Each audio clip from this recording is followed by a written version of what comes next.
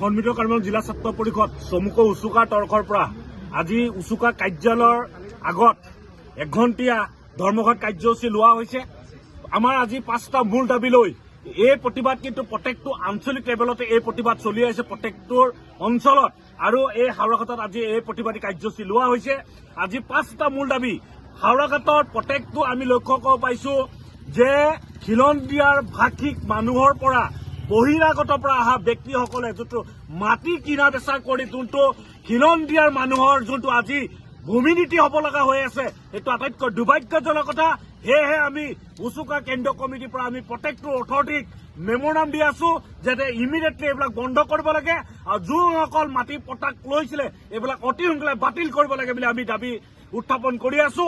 আৰু লগতে আমি ক'ব বিচাৰো যে 2016 চনত আমি হাওৰাঘাট যোনটো মহকুমা deputy civil S D office আমি পাইছিলো, কিন্তু এতিয়ালৈকে কোনো ফাংচনিং ব্যৱস্থা হোৱা নাই।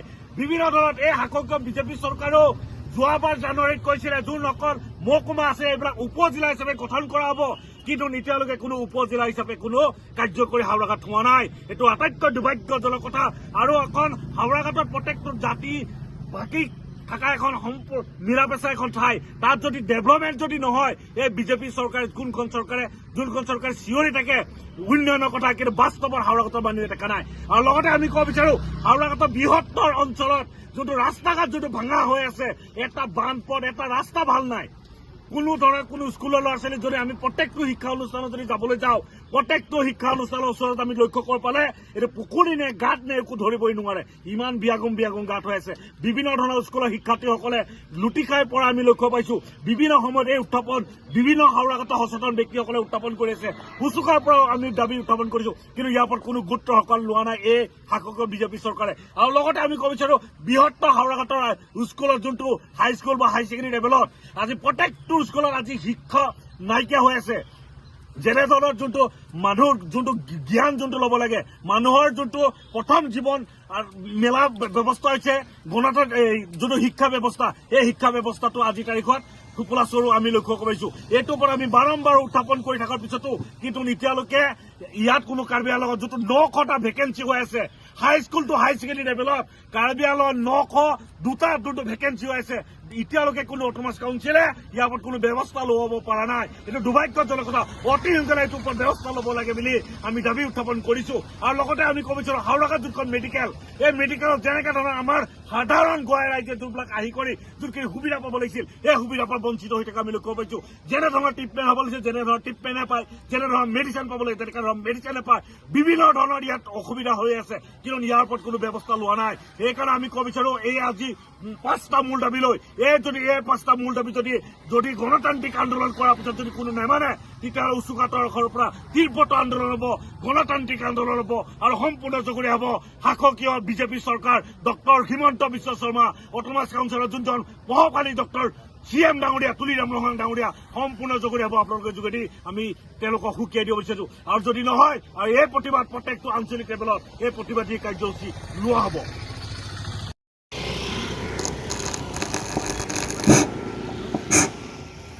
আমাৰ দাবীটো আছিলে 5টা। এই 5টা দাবীসমূহ পূৰণ কৰিবৰ কাৰণে আমি আজি 1 ঘণ্টীয়া অৱস্থান ধৰ্মঘট কাৰ্যসূচী ৰূপায়ণ কৰিছো। অলপ অন্তৰ্গত কাৰ্বি আংলং জিলা গঠন কৰা হৈছে আৰু এই জিলাৰ যিটো ভূমি আৰু ৰাজহ বিভাগ এইটো কাৰ্বি আংলং স্বায়ত্তশাসিত পৰিষদ বা কাৰ্বি আংলং অট'নমাছ কাউন্সিলৰ অধীনত আছে। কিন্তু আমি দেখিবলৈ পাইছো যে এই জিলাখনত যিটো 6th শিডিউল এৰিয়া বা 6th শিডিউল ডিষ্ট্ৰিক্ট আছিলে বা ষষ্ঠ অনুসূচিত জিলাই আছিলে, বহিৰাগত বা প্ৰব্ৰজনকাৰী ইমানে সংখ্যা বাঢ়িছে যে যুগ ধৰি ইয়াত বসবাস কৰা খিলঞ্জীয়া জাতি জনগোষ্ঠী তেওঁলোকৰ অস্তিত্ব সংকটত ভুগিবলগীয়া হৈছে। এইটো ভৱিষ্যতৰ কাৰণে উঠি অহা প্ৰজন্ম বা নতুন প্ৰজন্মৰ কাৰণে এইটো ভাল লক্ষণ নহয়। কাৰ্বি আংলঙত বসবাস কৰা খিলঞ্জীয়া জাতি জনগোষ্ঠীৰ কাৰণে অস্তিত্ব সংকটৰ বাবে আজি ভুগিবলগীয়া হৈছে। সেয়েহে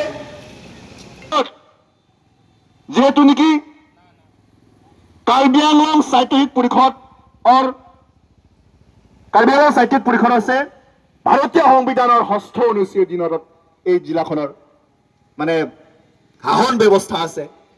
আমি কাৰ্বি আংলং সাহিত্যিক পৰিষদৰ প্ৰধান সচিবগৰাকীকো আমি এখন স্মাৰক পত্ৰ প্ৰদান কৰিছোঁ যে ফুৰ্ণি ৰাজচক্ৰৰ অধীনত যিসমূহ খিলঞ্জীয়া মাটি বাৰীসমূহ প্ৰব্ৰজনকাৰী বা বহিৰাগত যিসমূহ মাটি ক্ৰয় কৰি আছে যিসমূহ মাটি পটা পাইছে এইটো বাতিল কৰিব লাগে বুলি আমি দাবী উত্থাপন কৰিছোঁ। কিন্তু আমি দেখিবলৈ পাইছোঁ যে ৰাজনৈতিক স্বাৰ্থত দুদিন কাৰ্বি আংলং সাহিত্যিক পৰিষদৰ এই চৰকাৰখনে খিলঞ্জীয়া মানুহৰ প্ৰতি তেওঁলোকৰ মৰম চেনেহ নাই বুলি ইতিমধ্যে স্পষ্ট হৈ পৰিছে।